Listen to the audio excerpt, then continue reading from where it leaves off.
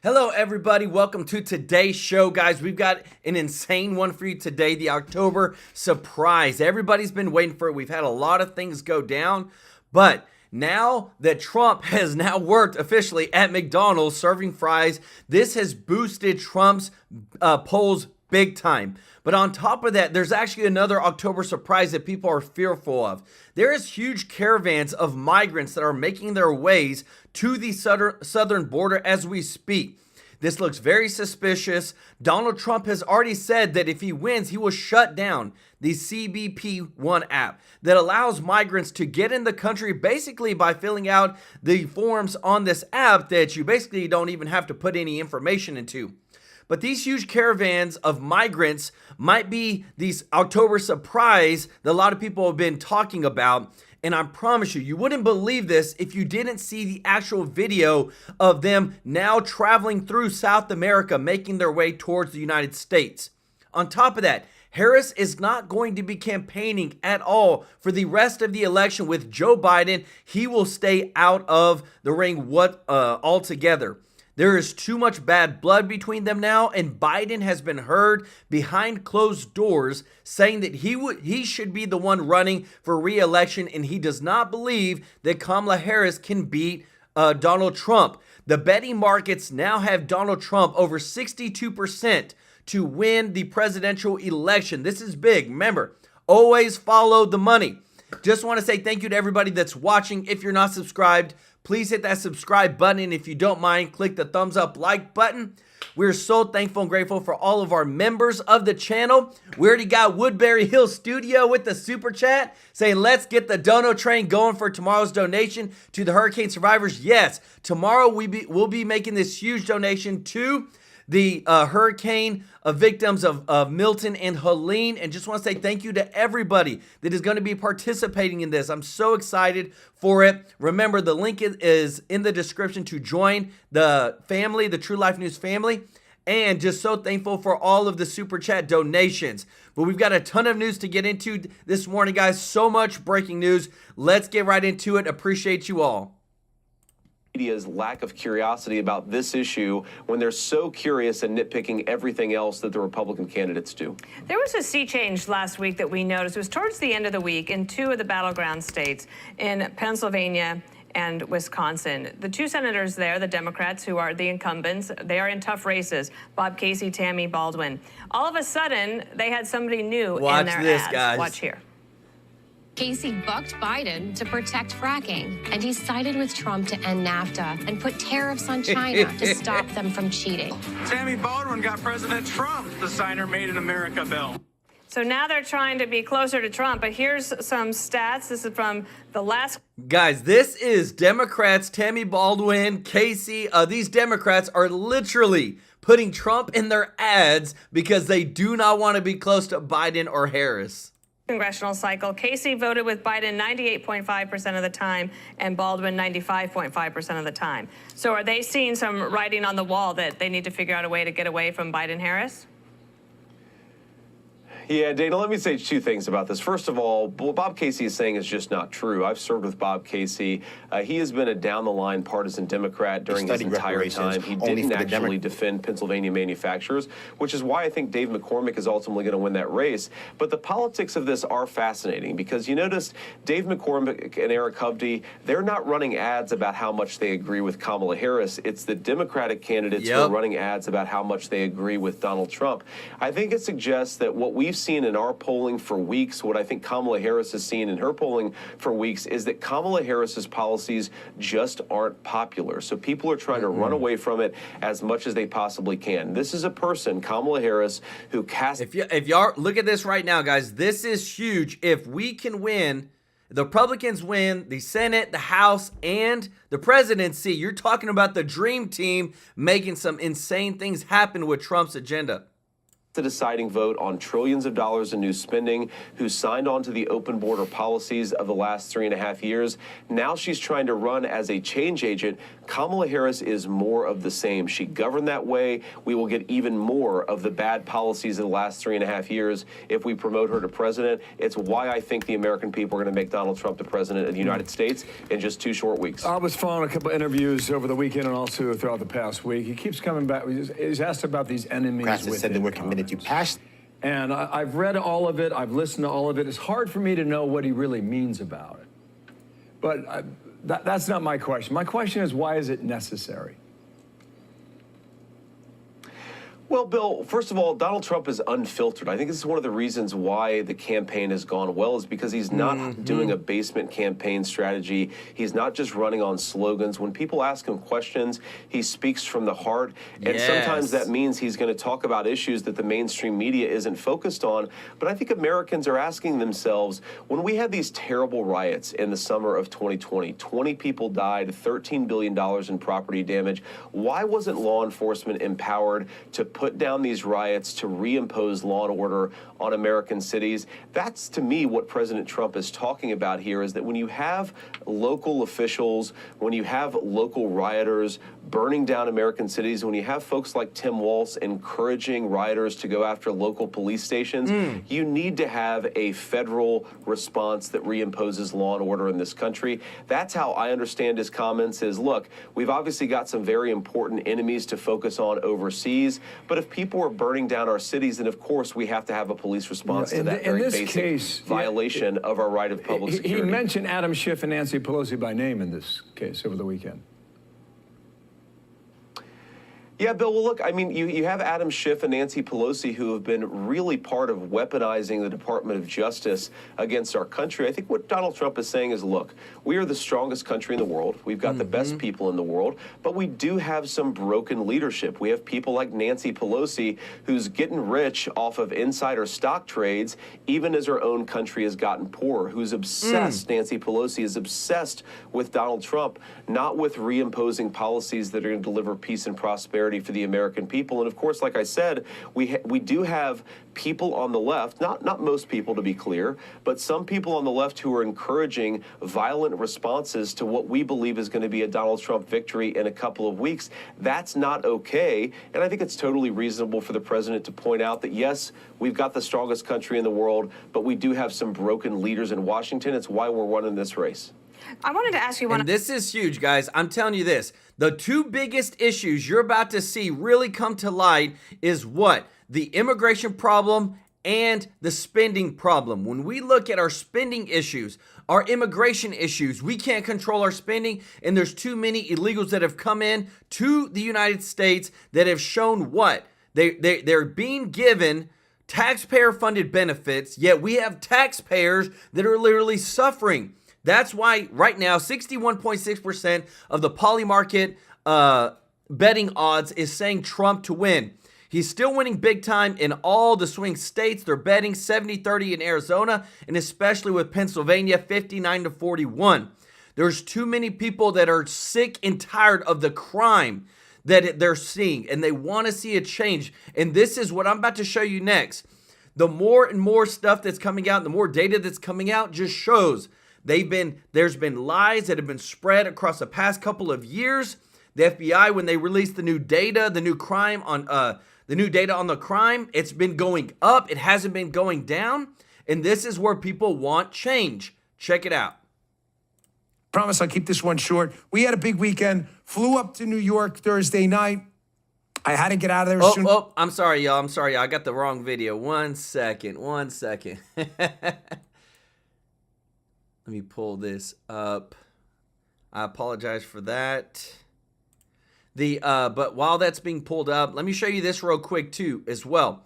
So right now, again, remember I said immigration is one of the biggest issues. Well, check it out. Remember I told you that Trump and Mike Johnson were working on the new bills. They're working on reducing all the crime. Oh my goodness, pop-ups. Check this out. So Speaker Johnson comes out, and this is what they have him stated as saying for the actual what's amount of people that are going to be deported as a first priority? 4.5 million migrants. This is huge.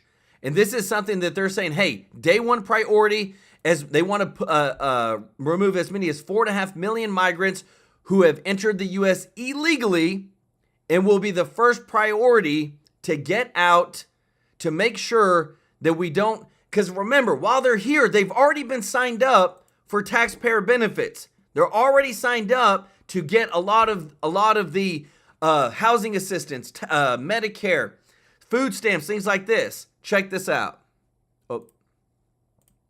Under the Biden administration, we have had the most people entering our country illegally in the history of ever. The numbers that I'm about to give you will make you throw up. Border Patrol apprehended 169 members of the FBI's terrorist watch list attempting to cross the southern border illegally in 2023 alone. And in the middle of all of this murk and mayhem, here comes Vice President Harris.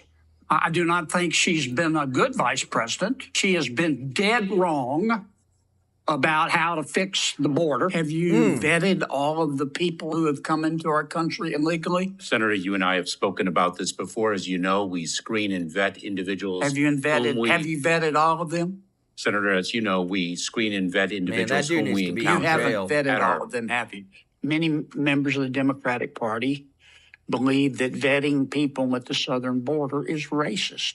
Most Americans don't agree with that. They think it's prudent. The root cause of illegal immigration is that people are coming into our country illegally, and people are coming into our country illegally because you and President Biden are letting them in. Enforce the law. Do what we were doing the day before you took office. We don't have the slightest idea who these millions and millions of people are. And it only takes once. It only takes one terrorist.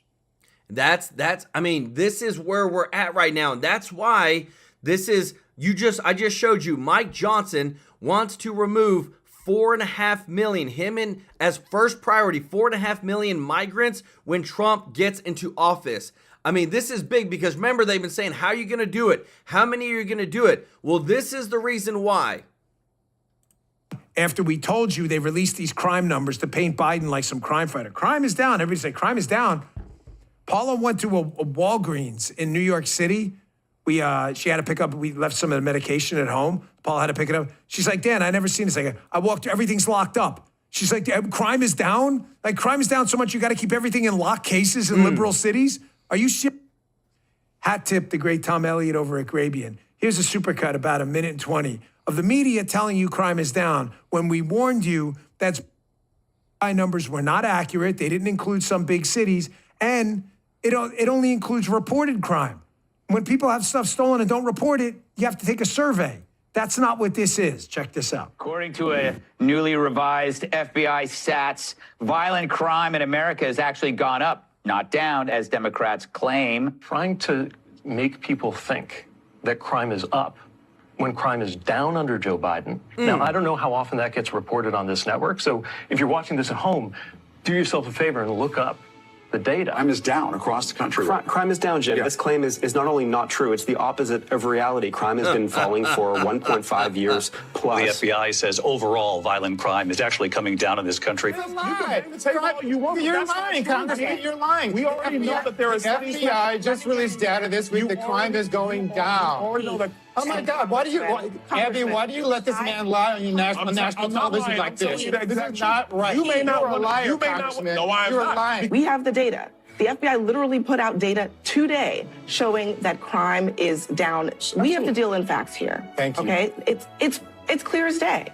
The FBI put out statistics. The trend line is going down. If you don't believe the FBI, independent people who look at these numbers say the same thing. But the reality is that crime is going down. You don't have to twist the facts. According to a newly revised FBI stats, violent crime in America has actually gone up, not down, as Democrats. Do y'all see that? The FBI quietly revises. Look how many years they've been spreading. Oh, crime is down, crime is down. Guess what? They go through, they revise the numbers, crime is actually up, but you don't hear any of any of those news stations, CNN, all of them, actually come back and say, you know what, guys, we were wrong. We have to redact what we said. No, people still think crime is down, but the FBI quietly says that it's up. This is all such propaganda.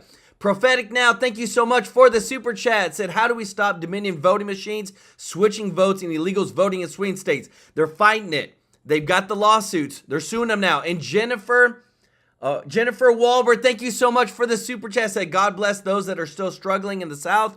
Thank you for making this happen 100%. That's claim. Folks, how many times, Michael, what's the batting average again on conspiracy theories? 1,000. What did I tell you? How much evidence do you need that what these people in the media tell you is all lie? Assume everything they tell you is misinformation or disinformation. They are freaking documented, proven liars. They are nothing more than old school commies. What? All right, Botchino, I need you. Because you can see I'm kind of struggling with this right now because I feel like I'm telling you something you already know. The media sucks, Dan. No big deal. Folks, however, there are people watching this show, I assure you. It's a small group, but they're out there. Who I'm telling you may be still convinced in the coming days when the next Trump bombshell comes out that the story is real. Is this worth covering or should I just ignore this stuff? I feel like we've got 14 days to change the world and I cannot leave any stone unturned. If I don't prove to you categorically everything these people tell you is there's going to be some sucker out there who believes it. We told you the FBI numbers were fake, that they weren't real. And then it turns out the numbers are fake. They were reliably wrong and definitely not valid. And then all of a sudden, the media just moves on from the story. No one goes, hey, thanks to the Dan Bongino show. Nobody does that. Not that we need the thanks, but it would show people, whatever. It's just frustrating. It's not even, what's the point? I'm just hoping there's someone out there like, gosh, these guys are right. Because I feel like something's changing. Do you? Mm-hmm. I feel like something's changing. And that's kind of the good part. I feel like the more I cover this stuff, the more it becomes self-evident they're lying, which means we've changed the narrative on the media. But I also am worried about that there's just people out there who really need this push. The Kamala collapse is continuing. And it's continuing because there's this thing called the big momentum. It's a real thing. You can feel it in politics. Yes. Trump has it all. The Steelers game, the McDonald's visit, the interview circuit. He actually he crushed it on our interview. That answer about Waldman Rink, the ice skating rink he saved in New York, which we lived through, me and my family, we lived in New York when this whole thing was going down, is amazing. I want to show you something because this is the evidence we're winning. Execute, bring 10 people, no excuses. But here's an MSNBC panel. Remember what I told you. I'm setting this up logically. These are left-wing commies. They're doing everything they can to rig this election. And they can barely find a panel of undecided voters who will support Kamala Harris. Folks, this is an MSNBC clip. It's short, but it's important. Watch. Who's voting for Kamala Harris here? Absolutely no. No. Not possible. Not possible. There's nothing she can do or say for us to change our mind. Justin's like, oh my, this is an MSNBC clip. The show's laid out this way for a reason. I just proved to you these people are communists. They can't even find anyone. They're in Michigan like, hey, let's pick 4 people and let's pretend they're not Kamala supporters. Let's put them down and ask them. And those 4 people are like, nah, we were just kidding. We really don't support her. There's nothing they cannot do. They can't save this woman from herself.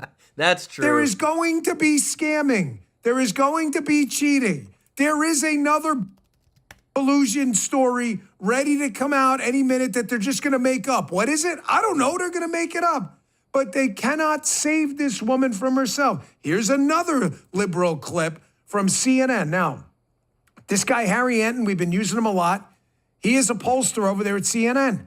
He's the only guy telling the truth to liberal audiences. Here he is saying, hey, man, if you guys are riding this wave thinking like this big anti-Trump vote is going to show up, he's basically saying he's more popular now than he was in 2016 and 2020. Good luck with it. This is CNN. CNN, check this out. I think there are a lot of folks, such as myself, who think that Donald Trump's unpopularity is baked in. But here's the deal. Nope. If you believe that Donald Trump has somehow become less popular over time, let me change your mind about that. In fact, he is more popular at this point in the campaign than he was at this point in the 2020 campaign or the 2016 campaign. Let's go. He's still underwater, right, with a negative 9-point net favorability rating. But that is higher than he was in 2020 at minus 12 points when he nearly won. And it is way higher than the minus 27 net favorability back in 2016 when he did win. Folks, forget the minus 27 favorability in 2016 because, again, it was reliable and not valid. Forget those numbers. They're probably... But assume it's reliably wrong and Trump was maybe underwater by just a few points because he won in 2016. If he was down 27 in favorability in 2016 and in this CNN operation where they're covering this polls only down 9, so a third of that now. If you execute and vote early in person and bring 10 people, we will win this thing. Let's go. We will win it, and we will win in a lot of places where it's going to open a lot of eyes. If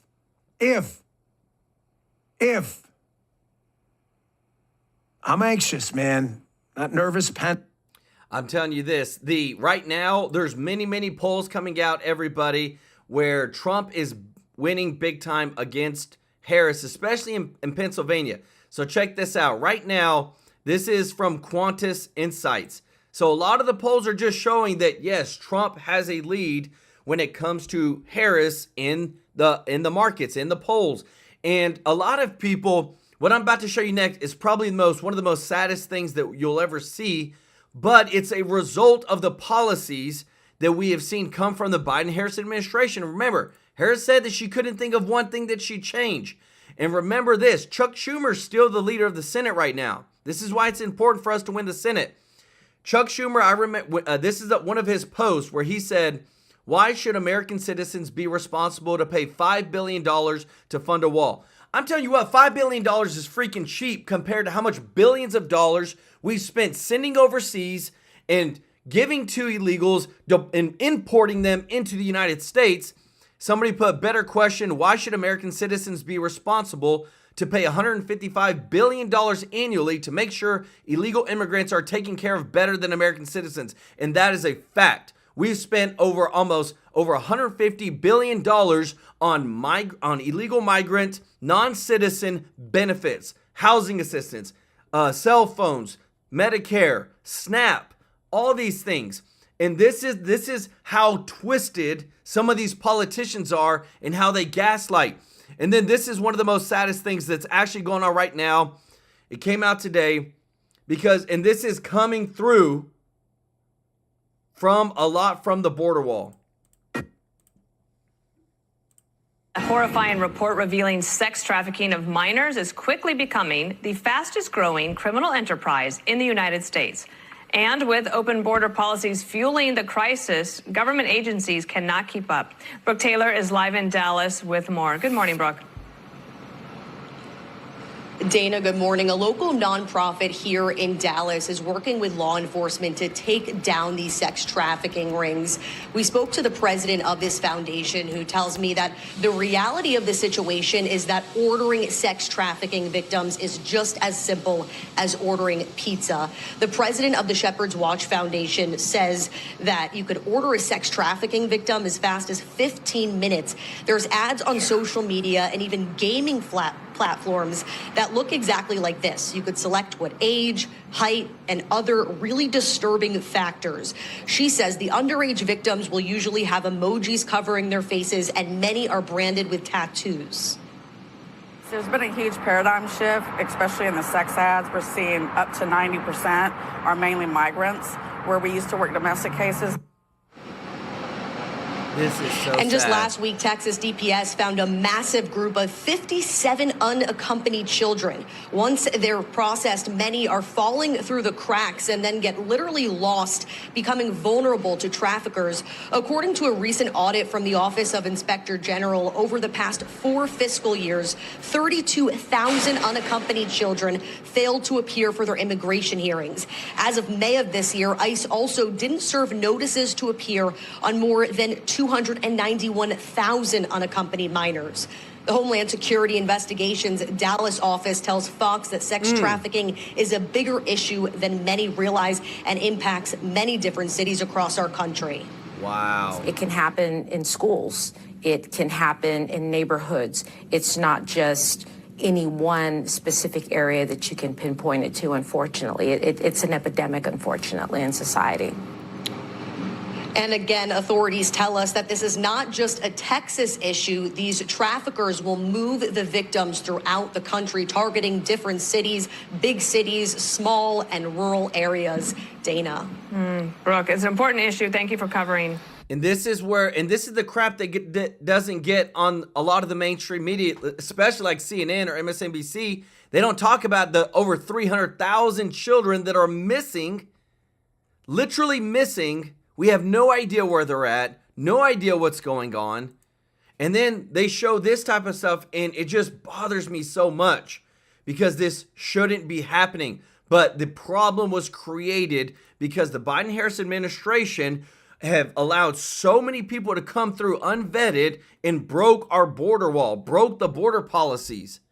And it just, I'm telling you guys, we need new leadership in the White House. But this is the thing. Right now, the October surprise is big right now. Trump has drawn huge support because he actually took his butt over and worked at McDonald's. And not only that, but he's gone back to Asheville where they had all the issues with the hurricanes. Guess where Kamala Harris has done? Nothing. Check this out. Her biography, that she worked the cash register and the fry machine and the ice cream machine, which fact check that because the ice cream machine is very rarely ever working. Maybe it was in 1983, but they say that she worked there in Alameda, and it's just before W-2s, and the campaign has not been able to find a record. They can't find, I know various different fact checkers have been looking at this.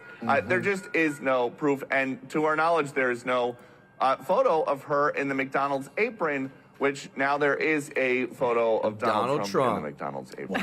So there is. Okay. As he was putting on the apron, Peter. And I just want to point out, all that noise just now, no train. No train. Oh my gosh. There was no train. Well, you did well. Great you job, did well.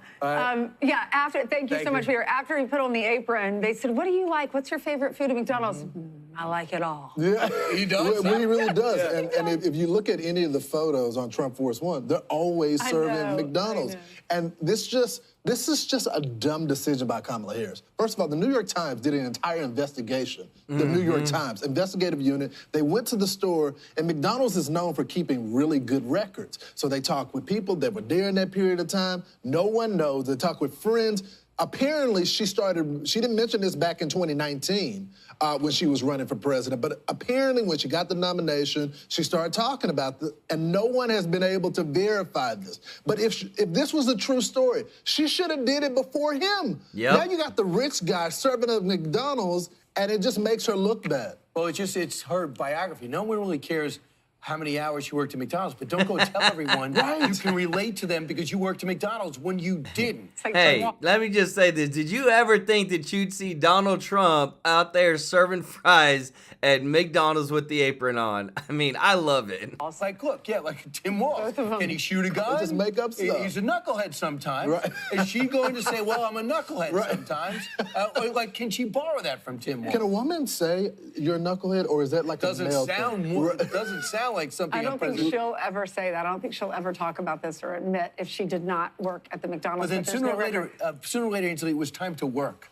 Oh my gosh. I loved it when he's like, never touches a human hand. Fry never touches a human hand. He's telling the family at the drive-thru that they're what was the word he used? We played it in the open. He said something like, I'm just a nobody. Oh, you're not just a nobody. Oh, here's the sound right here. Okay. I love that when he said that. This is fun. I could do this all day. I wouldn't mind this job. I like this job. I think I might come back and do it again. Thank you. Look at that. Look at that. How are you? Thank you, Mr. President. Nice to see you. Hi, darling. How are you? You made it possible for ordinary people like us to meet. You're not ordinary. I mean, thank you so much. You are not ordinary. I can see. We pray for you. Man, I love that. And you are the type of person we want to be the president. Thank you very much. Thank you so much. How sweet. We prayed and for Pennsylvania. you. What a moment. Right. So, okay, the drive-through window, well, he looked like he adapted to you. This is why. He likes sales, number one. Number two, he likes to stay busy. So when you go for a McDonald's shift, you're doing this fast food, you work nonstop. So he loves the pace. I wouldn't be surprised he picks up shifts. But look at this photo right here, Brian. You got the assassination attempt, which has become an iconic photo of him saying, fight, fight, fight. But you got Donald, a billionaire waving from a McDonald's drive-through window. Yes. Just add this to the list. You know, do you think Elon Musk should do like park cars or something? I mean, to show, show people that don't need to work, take Wasn't it it. kind of touching when he walked into the McDonald's and there's the lady who's giving him the apron, and then there's the boy that's the young man who's trying to help him. It just with makes the him fry relatable. Machine. It's like, oh my gosh, the president of the United States is in here in McDonald's and paying attention to us and actually, you know, coming to work and learning about our career and our jobs. So you know he had to take a shot of Kamala Harris before he took off from it. This is what he said. He's worked 15 minutes more than her. Right. So a couple of things that are going on. Oh, wait, I think we have that soundbite, Brian. I love McDonald's. I love jobs. I like to see good jobs. And I think it's inappropriate when somebody puts down all over the place that she worked at McDonald's. It was a big part of her resume that she worked at McDonald's, how tough a job it was. She specifically worked at the French fry, where they make the French fries. And she talked about the heat. It was so tough. She never worked at McDonald's. McDonald's just confirmed that again, by the way. She never worked at McDonald's. In other words, she's lying Kamala. Mr. President, you actually have worked at McDonald's now versus... Now I have worked at McDonald's. I've now worked for 15 minutes more than Kamala. Why would she lie about that? Why? Because she's lying Kamala, that's why. It's true. I mean, it's part of a biography. It sounds comical, but if you're going to tell people, I'm like you, I worked at McDonald's, and it turns out I'm not like you and I never worked at McDonald's. So instead of looking at this and saying, okay, this is a move, let's look into finding out if Kamala Harris actually did work there, this is MSNBC's take. What is the logic behind this, going to a McDonald's? I mean, we know the guy likes Big Macs and filet of fish, and he's used the word love to describe the way he feels about the food there before. But what's this about? There's no logic to it. It's a stunt. He has not put forth an economic agenda. He, as you know, appears to be not well. And he's engaged in some really bizarre types of activities during this campaign. First of all, don't tell us about not well when we got Joe Biden in the White House. You guys have no ground to stand on after backing Joe Biden. But I think this just goes to the heart of the Democratic Party right now. You got Kamala Harris with all the celebrities, and you got Donald Trump that is with the working class, people that are average day Americans. Huge. And the Democrats used to be the party of the people. The party has completely changed. How do you let the rich guy outwork you on the campaign trail with the working class? It's just a missed opportunity for them. Well, when Kamala Harris... Let me tell you this. That's to me, that's such a big differentiating factor between Trump, between Kamala Harris. Kamala Harris is a career politician. Guess what? We all know this. It is so hard to freaking hold the politicians accountable to anything that they do. We're $36 trillion in debt. Who's held accountable? None of them. We spend billions of dollars on overseas foreign wars. We give billions of dollars to illegal migrants, but we got Americans who can't get a freaking $750 check. Who's held accountable? But whenever you work in the private sector and you don't do a good job, guess what? Your butt gets fired like that. And that's what Donald Trump knows. And that's why Donald Trump actually fired people. And that's why Harris needs to be fired right now. But check this out, because this is a good state of where this could, with this whole October surprise, Donald Trump working at McDonald's could literally cost Kamala Harris the election. Check this out. Here's your blue wall blitz, Ms. Perino. All right? This is what she's doing right now. If she takes the blue wall and that one electoral vote in Nebraska, she'll get to 270. That's why she's doing it. Milwaukee today, areas of Detroit today, and also Philadelphia in the southeast corner today, all for Kamala Harris. Put all the polls together right now. Trump's still winning, baby. This is You know, Pennsylvania trumps up 0.8 percentage points, right? Michigan trumps up about 1.2 percentage points. Wisconsin, it's less than 1 point between the two. Really, really close. Historically, this is something else, right? What was the old commercial? Ask Mikey because he likes it, all that stuff, right? Remember that? Okay, this is Pennsylvania, Wisconsin, and Michigan. Going back to 1992, all three states voted for the same candidate, all three, and only one time was it a Republican, and that was Trump in 2016. Now you understand how the blue wall, tuck that sucker in there, how the blue wall got to become the blue wall, right? Here it is. This is Michigan in 2020, Biden less than 3 points, super close. I wanted to show you, dang it. I wanted to show you real quick. Let me pull this up. Look at this image right here. Look how much red is these entire states, but only a small portions of it are the blue, which is the big cities.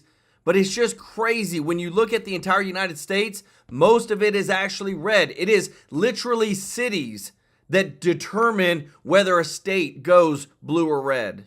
20, Biden less than 3 points, super close in Michigan. This is PA in 2020, right? Biden 1.2 points. I mean, Michigan's looking like a blowout right now. And this is Wisconsin from 2020, 0.6 points for Biden. Again, all three for three, going back to 1992, they'll vote as a block. Let's swing on over here, and we'll bring in our next guest to give us our best analysis coming our way. I love having Kayleigh McEnany on a Monday. She's a co-host of Outnumbered, and I may be able to talk to make you permanent Monday status here because you help us kick off the week. We know that Harris has no current plans to campaign with Biden, but I think that makes sense. It makes total sense. Yeah.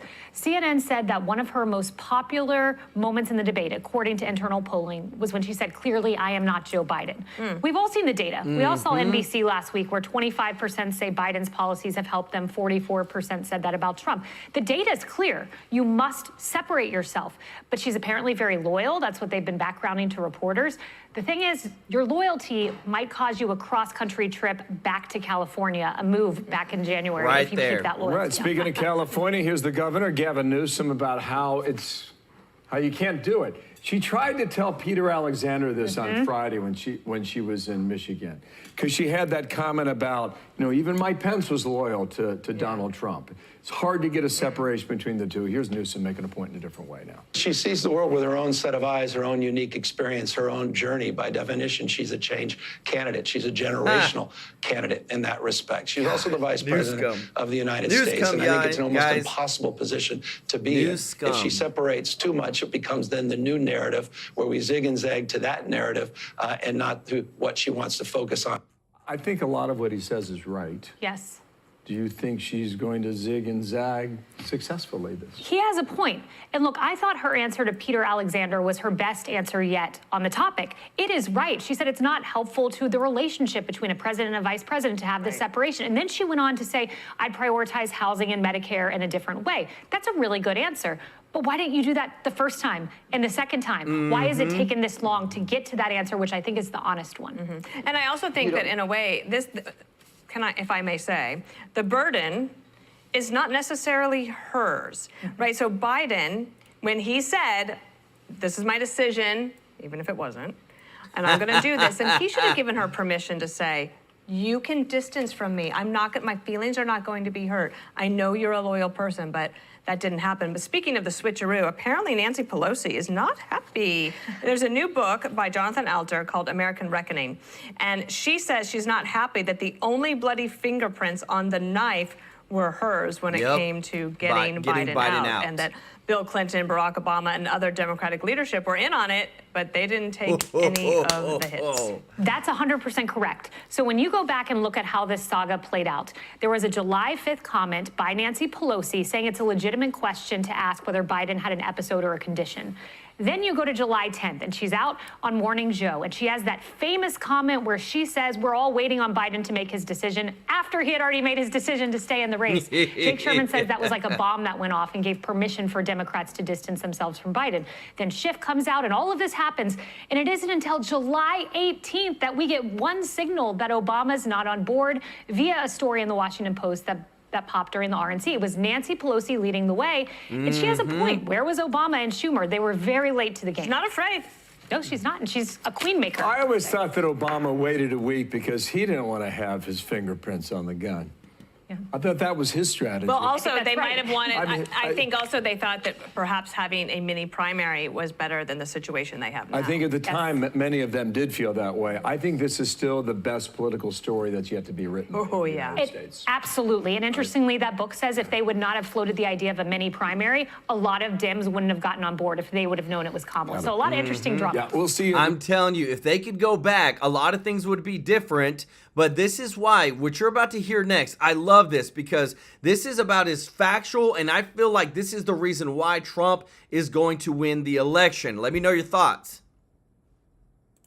Want her to win the White House, but do you agree with how she performed in that interview? I believe that interview was a masterclass in why there is a statistically significant amount of black men who are tired of listening to the media and done entertaining the Democratic Party. You listen to Kamala Harris talk about a plan for black America. They've rolled out a plan for black America. My grandfather told me a very long time ago, right here, never trust a man who promises to do tomorrow what they had the power to do yesterday. If Kamala Harris was so committed to these plans for black men in particular, she's had many instances where she could have done these things as a senator, as an attorney general, and certainly in her capacity as a vice president. So I do believe that when you have that type of interview talking about a multi-trillion-dollar plan for reparations, all while we ignore the fact that California has already studied reparations, only for the Democrats that said they were committed to passing it to saying they're one actually going to write the check, black men are tired of what appears to be empty promises coming from a Democratic Party. I mean, Joe, if you're honest with yourself, I'm sure there's some times where you would appreciate if your candidate would be more, quote unquote, scripted. Look, I think there's a few things happening here, right? I've said it many times on this network. Vice President Kamala Harris, she wants to have her Kate and Edith too. She wants to have all the good things that come from the Biden administration. She wants to leave all the bags of the Biden administration behind her. I think if you're just looking at the core issues pertaining to the black community, the civil rights issue of our time is education. Democrats have nominated a woman who is against school choice. They have a vice presidential candidate who is against school choice. And you have the gatekeeper for a large voter bloc that didn't ask any real questions about the civil rights issue of our time. To say that we have schools where 80% of black children cannot read at proficient levels all across this country. And so it is a scourge that is preventing black men from getting the tools they need in their young life to move forward. And I think if there are a lot of black people who are saying Democrats have told us that Donald Trump is terrible, but I'm not going to allow my vote to be taken hostage by a party that continues to not deliver results every time I place my trust in their hands. And I love it. Whenever Trump was speaking to a large group, he told them, what do you have to lose? You've been with the Democratic Party for 40, 50 years. Are your lives any better? Are things any better for you? And guess what? And they said, no, they're not. Yeah, so what do you have to lose? Vote for me. Take a chance on me, and I will help you get to a better spot. But I'm telling you this, to me, this is the number one issue, I think, on most people's minds. I know with women, abortion is a huge one. But this right here, what you're about to see, to me, is what's going to put Trump in the White House. Let me know what you think. Welcome back. Another new migrant caravan on the way. This is about 2,000 illegal migrants on the caravan headed to the United States southern border. They're coming from Mexico just 2 weeks before the presidential election. The surge in immigrants coming, as many of them are reportedly worried that if Donald Trump is elected, he will end asylum appointments through the CBP One app. They're probably right about that. Joining us now is former National Border Patrol Council President Brandon Judd. Brandon, great to see you. Thanks so much for being here. So we got another caravan on the way. Do you know anything about this? What can you tell us, and what's your reaction? Yeah, this just shows you how intelligent the cartels are, and that's the most dangerous aspect of border security, dealing with the criminal organizations that control every single facet of how people cross our borders illegally. What they're doing is they're recognizing that right now is the time to try to make as much profit as they possibly can before President Trump gets into office, because they know that Like, look at this picture. This is so insane, the amount of people. You can't even see where it ends, but this is exactly what the administration intended. That's why they've let things happen the way that they have. he does, it's going to be very difficult for their bottom line. They're going to have to adjust their business operations. But what they do is they look at our policies. They test the pulse of what the politics are here in the United States, and they tailor their operations based upon our policies. And this administration's policies have clearly allowed them to generate profits that have just never been seen before. So this caravan that's coming up, this is driven by the cartels recognizing that they need to generate profit right now. I mean, we've been talking about these cartels for a long time now, Brandon. I mean, is this administration ignoring the drug cartels? Do they not understand that these very dangerous cartels are actually putting people's lives in jeopardy, exploiting women and children, sex trafficking, bringing all these drugs in? Why hasn't this president and vice president taken on the Mexican drug cartels who are working with the Chinese Communist Party to create this death and destruction in America? First, they do understand it. You know, everybody knows that we have the best intel operations in the entire world. We know what's going on. We know what the driver is. We know who the bad actors are. We know everything about these cartels, whether it's the Sinaloa cartel, the Gulf cartel. We know everything about them. The problem is politics always gets in the way. And when that happens, you're looking at the base voters. The Democrats recognize and understand that their base support, they want open borders. And so if they were to shut down those borders, then they're going to have a lot less people that turn up to the polls when they vote. So that's the problem, again, with politics. Is we put the aspirations of single individuals ahead of what's best for this country. And that's what Joe Biden and Kamala Harris has done constantly. You know, they tout we need legislation. And while we do absolutely need legislation, Congress has to step to the plate to give us good legislation, not the legislation that Kamala Harris is constantly talking about, so that we don't have one person controlling everything, so that we have laws that will shut this down. But there are policies right now that she could do that would secure our border, that would allow us to ensure that these cartels don't generate the profit that they do. Liz, jump in here. Good morning. It seems like the administration has changed some rules, being panicked. The polling showed that people were really angry about illegal immigration. But don't those rules changes have anything to do with these caravans? We haven't seen a big caravan like this for a while. Am I wrong on that? I mean, isn't there something that will prevent these people from coming into the country at this point? So it just depends on how they try to do it, whether they use the CBP1 app, cross the border illegally in certain locations and claim asylum. So there's different ways that they can exploit the loopholes that this administration has created. So when they talk about, you know, we've driven numbers down, well, they've driven numbers down from their highs, not from Donald Trump's highs, but from their highs. And these numbers are still looking at what Jay Johnson, former DHS Secretary under Obama, said. We're still experiencing catastrophic numbers every single day at our border. We're still experiencing well over 1,000 apprehensions, which again is which is the red line that Jay Johnson put. We're still experiencing really, really high numbers. So these migrant caravans, although we haven't seen them in the past, we're seeing the equivalent of a caravan every single day spread out across our entire southwest border. I mean, the issue of being unvetted is really what gets me. And we've got this new video which shows a large group of illegal migrants spotted near the Texas border this weekend.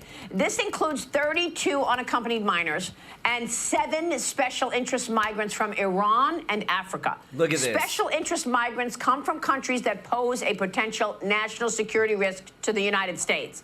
Meanwhile, an illegal Honduran migrant has been sentenced to 37 years in prison in Texas.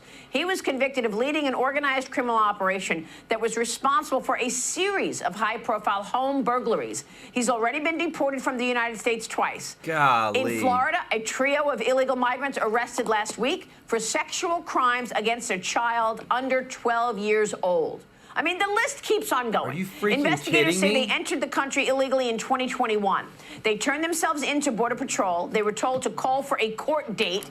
They never did, obviously, Brandon. You've told us this story over and over again. I mean, why the U.S., officials believe that they're actually going to call you for a court date. They come in and then they rape and they kill, and we're supposed to accept another caravan. And who the heck is held accountable for this? That's what always bothers me. Julie Renee, thank you so much for the super chat. This is a good question Julie has. Joel, she said, all joking aside, what are we going to do if Harris does win? If so, I'm afraid that we will be in a civil war. Watching from Georgia. I'll tell you this. This is what I think. There will be, if Kamala Harris wins, there's going to be huge protests because the U.S. nobody's going to believe that Harris is going to win this election. It's too much in favor of Trump. Remember what happened in Brazil where they stole the election through the election machines and then they protested and then got the right person in office? That's what I think would happen if Harris wins. If Donald Trump wins, I believe they've already said, Axios has already reported that they will not certify the results against Donald Trump. They're going to try to keep him from being president using the 14th Amendment. Whoever wins, get ready to see protest, get ready to see a lot of just change across the United States because this is such a polarizing election. Y'all show Julie some love in the chat, everybody. Of unvetted people. Yeah, and again, it strictly comes down to the policies that are being exploited by criminal organizations. We could shut down these organizations tomorrow. We have the power to do it. Kamala Harris promises that if she gets in the White House, that she will do it. We shouldn't. There's no reason that we have to believe her when she could do it right now. Simple policies will allow us to control this. She's not giving us those policies, so there's no reason that she's given us for us to believe that she will do it if she wins the presidency, which I don't think that she's going to. So, I mean, look, if she does win, Border Patrol agents are threatening that they are going to leave in droves. Yes. Okay? So I want to get your take on it. You speak to your colleagues, your former colleagues as well. Multiple agents told the New York Post they cannot face another 4 years of being undermined and scapegoated. They say if Donald Trump wins, they'll stay. Trump received a unanimous endorsement from the Border Patrol Union last week, and as you know, the union includes 16,000 men and women. He also recently unveiled a new border plan to bring in 10,000 new Border Patrol agents who would get an immediate 10% raise and a $10,000 retention and signing bonus, Brandon. But if he doesn't win, they say they're out of there. What have you heard? Yeah, people want to feel like their job means something. They want to feel like they're accomplishing something when they go home every single day. And right now, Border Patrol agents don't feel that way. We feel more like the welcome patrol rather than the Border Patrol. No enforcement, just completely letting people go. We have to feel like our job means something. If we don't, they will leave. Yeah. Brandon. And I'm telling you this, like a lot of people throw, the word treason around. A lot of people say like they need to be impeached. And to me, this is why, guys, I'm telling you this. I've never considered politics in my entire life, but this makes me want to consider politics because there has to be a way that we hold Biden and Harris accountable for what's happened. People's lives have changed forever because their family, either a girl got raped or a mom was killed or something like that because of an illegal migrant. And yet, who's held accountable? Well, it should be the person who made the call to leave the dang borders wide open. But yet that's not happening. And that's why we need such big overhaul change in the government, in the White House. Because right now, everybody's trying, you got so many progressives that are trying to save Kamala Harris's campaign, talking about her flip-flops, but a lot of people are calling it out and saying, you know what? It's all lies. It's all fake. Check this out. So has Kamala Harris changed her position on major issues, or is she just playing politics? Politics. Now is Fox News contributor Steve Hilton. Steve, Bernie Sanders has the virtue often of actually just telling the truth, even when he shouldn't. I think he might be telling the truth there. I'm not sure her flip-flops represent where she really stands these days. Exactly. He keeps doing this. I think it's one of the reasons people actually like Bernie Sanders, even if they don't agree with him, because he does tell the truth when it is inconvenient. This is just a few weeks after he said almost the exact same thing. I've got the quote here. When asked about this a few weeks ago, he said, I think she's doing what she thinks is right in order to win the election. So here he is again telling us the truth, which is that these so-called changes of position where she's bringing her positions in from the far left to something closer to the mainstream, they're not sincere. She hasn't had some kind of overnight conversion. She hasn't even explained to us why she's changed her position on fracking or on socialized medicine, on all these things, one after another, where she's completely reversed where she was. Now, There are politicians who, in the past, have done that, and they've realized that their parties have gone too far to the extreme. I'm thinking of people like Tony Blair in the UK, or even Bill Clinton here. But they were arguing for those changes within their party for years, persuading their activists that they had to change and making the case. She hasn't done any of that. She barely has even said it herself. It's her press people that are saying it on her behalf. So no, we can't take any of it seriously. She is on the far left of her party. And you know that the minute she actually, if somehow she got power, it'd be right back to those extreme positions. Yep. Leopards don't change their spots. Steve, Springfield, Ohio, we're all familiar with that town, has seen an influx of illegal migrants really taking over. There's another one. It's a village in the southwest of Ohio, Lockland. It's seeing the highest migration it's ever seen. It was up over 2022. Last year, 2,800%. As we're seeing a trend in Europe, they opened their borders, they let everybody in. Now they don't want them there because they realize what happens and the consequences. So that's happening overseas. Yet here, we've got this open border and we're suffering.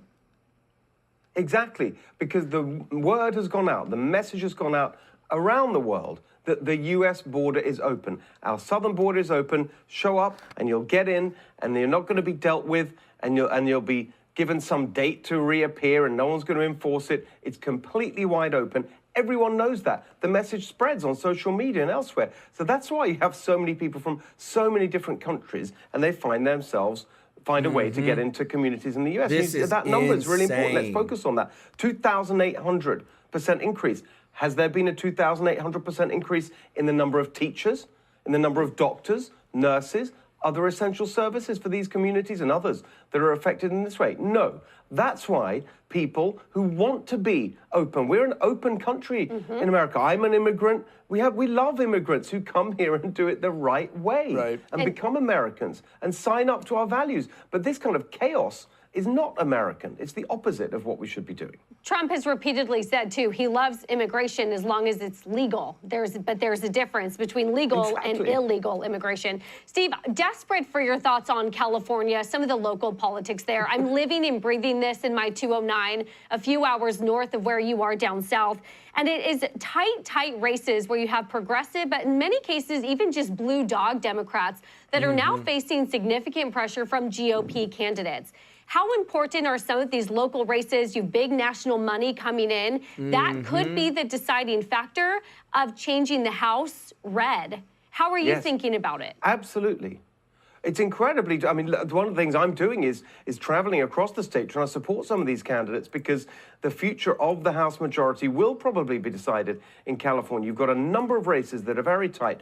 Representatives like Mike Garcia, Ken Calvert, Michelle Steele, David Valadao, John Duarte, really great local members of Congress who work their districts very well, appropriate for their districts and understand them.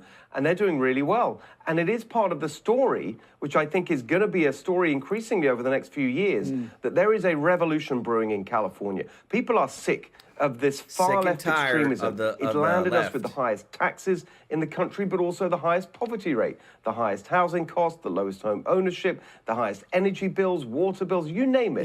It's all a total failure. And people are waking up and saying, look, if we don't change the way we vote, we're not going to change the way we live. Steve, that sounds like I love it. And guys, I'm telling you what, today's been a crazy day.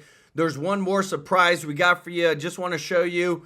McDonald's is rebranding since Trump has come, went and worked, and just the popularity. So they're actually rebranding the McDonald's sign. They send Trump out there with with some paint. Instead of McDonald's, it's just called Donald's now. So I tell you what, I kind of like it. No, I'm telling you, we need some change, guys. We need some big change. I want to say thank you to everybody that's watching. Thank you to all of our subscribers. If you're not subscribed, please smash that subscribe button so I can serve you every day with the top news. And if you don't mind, click the thumbs up like button. It really does help. And just thank you to all of our members of the channel. We've got a huge big dono that we're going to be doing tomorrow for the victims of the hurricanes Milton and Helene. It's going to be in the first show tomorrow around this same time, 1:30 Central Time. And also, too, just want to say thank you to Woodbury Hill Studio. Jennifer Wahlberg, Prophetic Now, Julie Renee. Thank y'all so much for the super chats. Y'all show them some love in the chats, guys. We are so excited for where this channel is going. We are so close to 150,000 subscribers, and it's all because of you. We're here to serve you. We love you all, appreciate you all, and we will see you in the next one. Take care. Bye-bye.